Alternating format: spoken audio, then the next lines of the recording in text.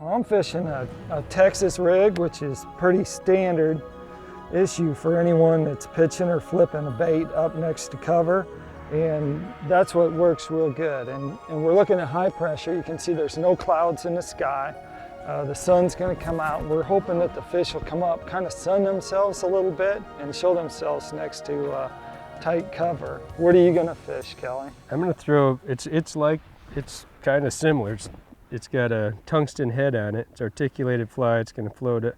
But this tungsten head, this Roman Mauser head, I don't know what it weighs. It isn't 3/8, but it's tungsten, so it'll dive almost vertical. It's going to do the same thing. I'm going to drop, be able to, vertical jig it just like that through the cover. I don't have a weed guard on it because I usually throw this for trout. I have fluorocarbon on mine too, so we're going to get up close to cover. That's a good color, so okay. We'll see what happens on it. I'm reaching down to get my trolling motor. So basically, I'm just going to watch you all day. There he is. Hey, that's not fair. Came off. See, that one bit twice? Yeah. I mean, so that's the reason why I think that you'll be able to catch him with that. I am a huge believer in any tech. Just watch anybody. You see a lot of fly guys, they don't want to listen to what the bass guys do or this guy does or that guy. So I'd rather watch Brad, see if I can pick up a tech. And the thing is it doesn't matter fishing bass. A lot of stuff I do came from watching bass shows.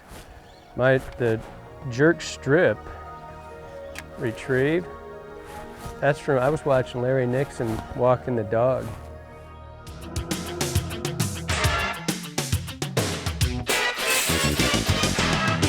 Got it, I think we got it. Good one.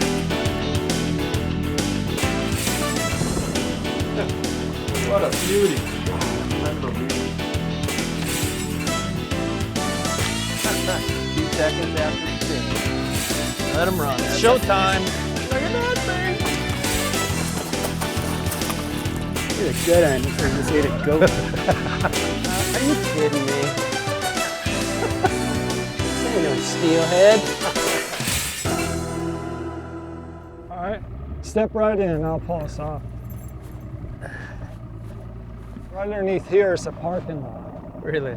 That looks like that with that graded stuff. And in the winter when the water goes down real far, I park my truck right there. Nice. Nobody else usually comes out. On this edition of Fly Fish TV with Kelly Galloup, we join Brad Wiegman on Beaver Lake in northwestern Arkansas. High in the Ozark Mountains, Kelly and Brad compare conventional fly tactics and gear for going after largemouth. We have trouble catching anything big enough to write home about, but we do learn a lot about how and where to fish for bass.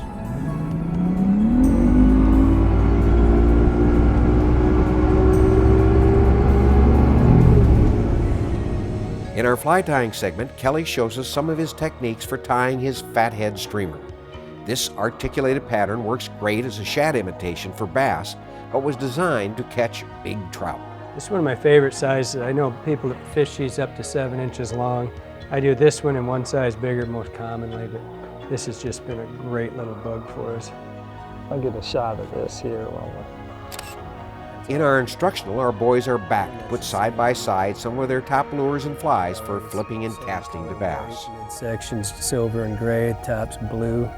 Same as that, same as this, same as that. All this coming right up on Fly Fish TV with Kelly Galloup.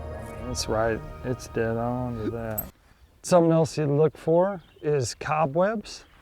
Cobwebs on the branches, because you know if there's a cobweb there, no one's thrown there, at least today. So that's a key, that either those people are afraid to throw in there because they might get hung up. See, the good thing is that thing's landing real soft, and because it's shallow, because they're tight to cover, that will get you more bites. You look at where the fish are going to be season-wise. So once you know according to the season, then you go and you find where they might be, like if they're going to be on laydowns or if they're going to be on rock.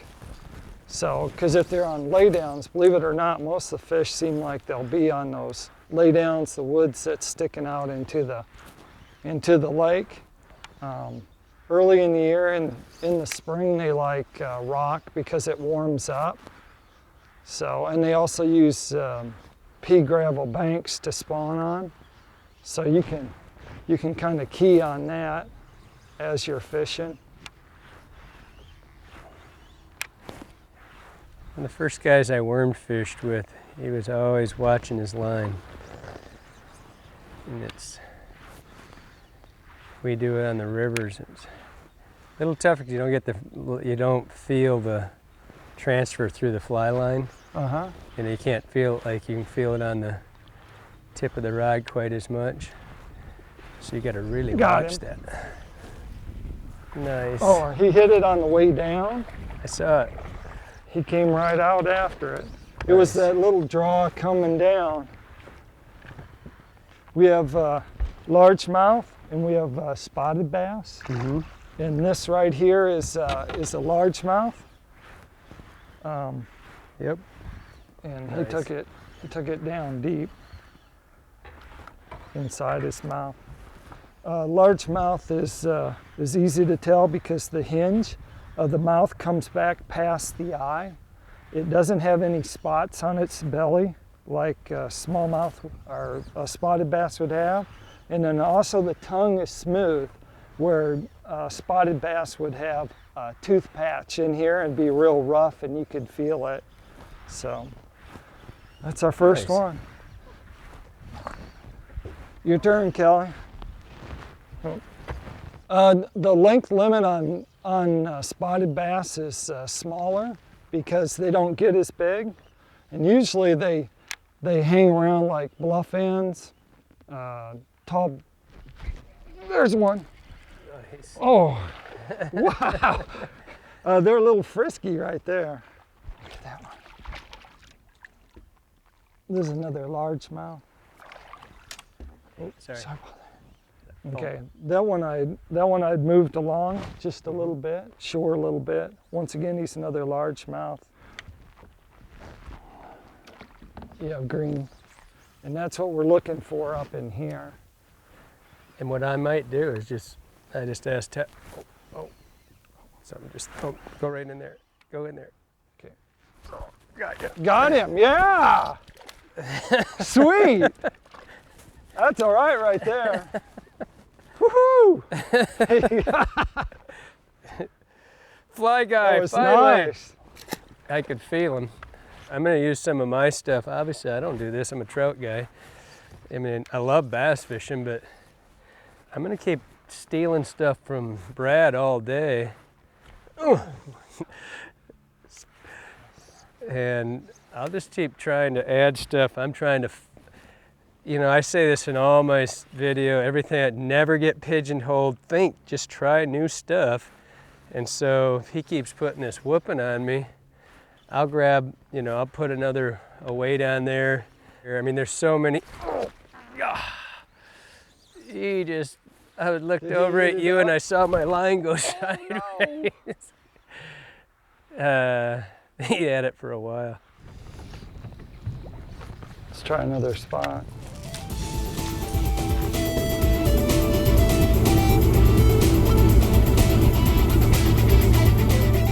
Beaver Lake is the first of many impoundments on the White River system that arches up into Missouri and back into Arkansas further east. It has 487 miles of shoreline and is a prolific bass fishery. 5 species of bass are found here: stripers, largemouth, smallmouth, spotted, and even whites. We're gonna fish this point that comes out here, Kelly, and it drops off into deep water. The old channel runs up against this bluff. There's a lot of deep water and it's a bluff end. This might be a spot where there'll be some Kentucky or spotted bass, because they really like these bluffs and points that come out into the lake. So if you learn how to throw a worm, then later on you learn how to pitch. And then after you learn how to pitch, well, all of a sudden you learn how to skip, like in between the dock, the floats, and the dock. And you start catching them that way. So it's kind of a progression of your skills as it goes. It's just figuring it out, just learn from everybody. And you get to haul across the lake on a bass boat. What's not to like about that? That's the fun part. There's no doubt about that. It's different than paddling. There he is. Oh, yeah. That's a good one. Come right off that bush, didn't he? He liked that. Lay down. Buddy. Largemouth. Mm-hmm.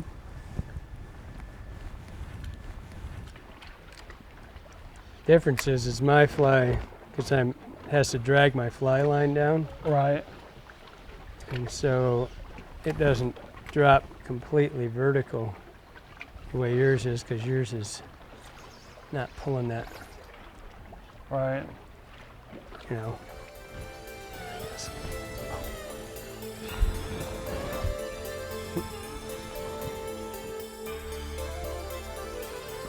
Mm. Came back. Got him that time. Came back and got it. Nice spot. Spotted bass. Nice spot. Spotted bass only have to be 12 inches to keep on Beaver Lake. Mm-hmm. All the dots are running right through here. See the dots going through there? So it's like for spots. The jaw goes down, doesn't go past its eye. And inside here, inside his mouth, he has a tooth patch inside there on top of it, on top of his tongue. And that makes for a spotted bass. We'll get around to hearing a little more about their favorite lures and flies for bass fishing in a while. But coming right up, Kelly shows us how he ties his fathead streamer. This is an articulated version of his famous zoo cougar. Pretty simple fly, real easy, super effective fly. As a working fly goes, that's about as far as I would ever take one. Well, maybe just a little bit more. Well, what we're going to tie right now is the fathead or heifer groomer, which it's actually so important it's got two names. But it's a great shad pattern. We're just going to start out just like all of them. I'm going to have a ring-eyed hook in the back. This is going to be a short-shanked hook in the back. Tie this in tip first.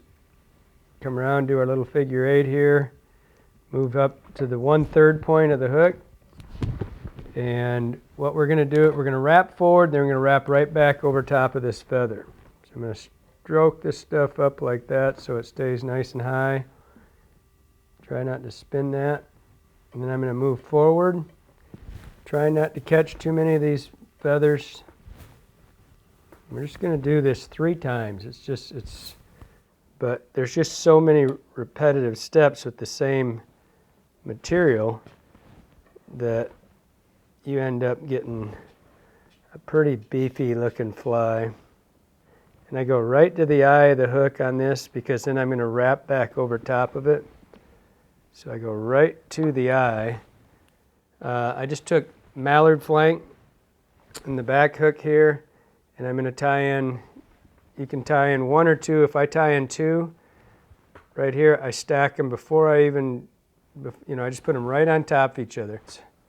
Especially this fly, the zoo cougar, any of the flies that are made to use a mallard flank on top to cup that water, that feather dead on top of the hook. Here's how we do it. We just put it in there in the loop, bottom and top.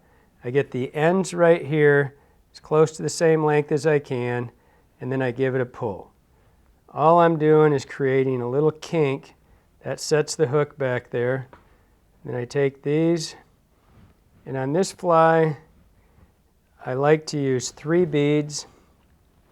This is where it gets critical. We've got to make sure that the top wire and the bottom wire stay on top and bottom, and they don't ever get twisted. If they get twisted, The fathead is just too much of a fly to show all its elements in such a short time. That critical connection has been demonstrated on other episodes of Fly Fish TV and is in Kelly's Fly Fish TV instructional video, Articulated Streamers. Go right there, cut this wire off. Now I'm going to take about 8 strands of the, I like to use holographic flashaboo for the skirts, and that's going to flash through every once in a while. You'll be stripping the fly, and you're not going to see all this red hanging out there. All of a sudden, the marabou will, open up just a little bit. Boom, there'll be this little flash of red. So now we're just going to repeat all our steps. We're going to move along here, put 4 plumes of marabou. You can do it with 3 if you got really good ones. Mine are a little. And I'm going to take a pair of mallard flanks, nice straight mallard flanks, just like this. On this one, I want it right on top. And look over top of it, look down. Beautiful. Now we're going to do the collar. We're going to do the deer hair. And we don't have time to go through a whole deer hair seminar because I just want it to be a broad sculpin shape. The first thing I want to do is I want to do a flat bottom, so I come in at a 45 just like that, nice and clean. That's done. Then I'm going to bend this razor blade at the shape that I want. I come in, I do 1, I do 2. That's about all I need right there. And then I take it out of the vise. I kind of stick this stuff out to the side. Then I take my scissors and I just do a directional cut. 1, 2. All right? And now I start shaping from this side. Because I have to shape this to the shape that I'm looking for from the top. Everything. If this was a working fly and you weren't going to look at it on camera, I'd be so done right now, it'd be in my fly box. I'm not going to mess with this any more than this. But that's the fathead heifer groomer, whichever you want to call it. Super effective fly. Coming up on Fly Fish TV with Kelly Galloup, it's back to Beaver Lake, where Brad and Kelly compare their lures and flies. I wonder what would happen if we dropped this below that spinnerbait. Brad Wiegman somehow finds time between guiding, fishing tournaments, and publishing his own website to do still photographs and articles for bass publications. I mean, you have all this great stuff about fly fishing, so I'll probably sit down and write some articles. I also have a website which is just www.bradweekman.com. Informative articles, destination pieces. Right. So it's a good add-on, and plus when you fish, you get to learn a lot of things from other people. This would be, close to this worm here, or crawfish worm. This would be like the topwater, this is a topwater bait, this is a deep diver. And I could have like this diver in here for this one. It's just got a fish skull head on it, It's the same, basically the same color pattern here. You look at that. I mean, and that's all, pretty much the same deal. Got the, the belly's same color, white, midsections silver and gray, top's blue, same as that. Everything we do in fly fishing is just basically, we're trying to do the same thing. We can't get quite the action like with a diving spoonbill like this. We're not going to get it doing this, but that's what we did with the Swimmy Jimmy, Andy Sabota's fly. This one's on a bent hook. So it's bent down, so when you pull it, it wobbles back and forth like that does. It's close. It's just, we're always imitating, lure stuff. I'm just giddy getting around all this gear because my brain starts just swirling. How can I do this? How can I do that? And it's really cool for me. I'm digging it.